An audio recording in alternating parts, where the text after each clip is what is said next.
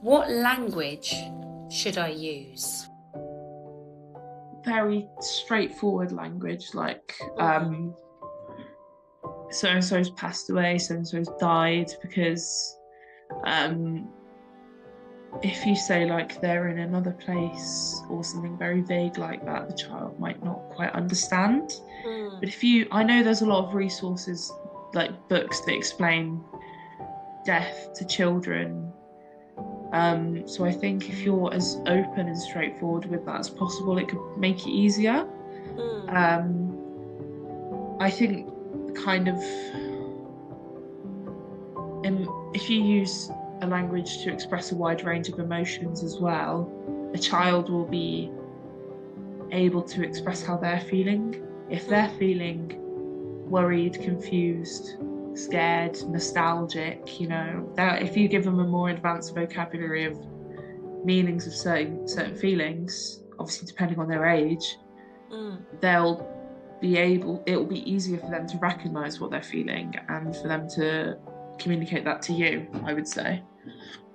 I think your language should be comforting towards the child, since if you used harsh words, it would probably put them into a more mental health state.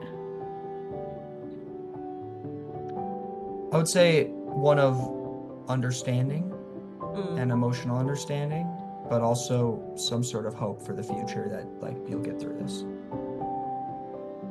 I think parents should aim to be gentle and receptive. For example, if the child said, suicide or, killed themselves, like parents can say like, okay, like you used that word.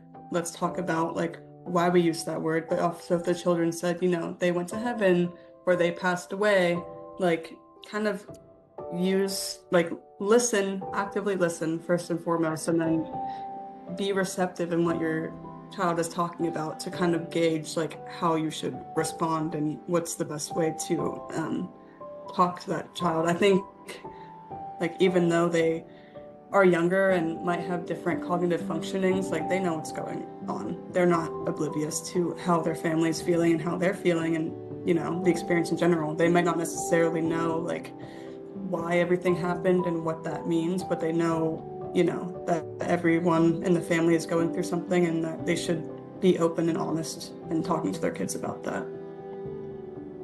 Stick with comforting words. What examples of comforting words would you use?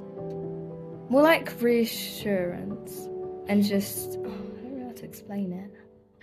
So if I said to you, it's okay, it's all going to be okay, would that be comforting or would that not be helpful? Because it might not all be okay. I think that would be helpful because the tone of voice you use as well, just it like calms people down. So we want a nice tone and like simple words, comforting words, soft words. Yeah, just soft words, and it just, yeah. Sometimes the best language is listening. Sometimes you just need to listen to what they're feeling and listen to what they need, because you might think they need one thing and that's the complete opposite of what they need. So listen to what they need. Don't use language that's too, use basic language that the child can understand. Not language that not to any advanced words or any too advanced topics or concepts such as death, etc., etc. So if you do need to explain a topic such as death to your child, then simplify it in a way the child can understand.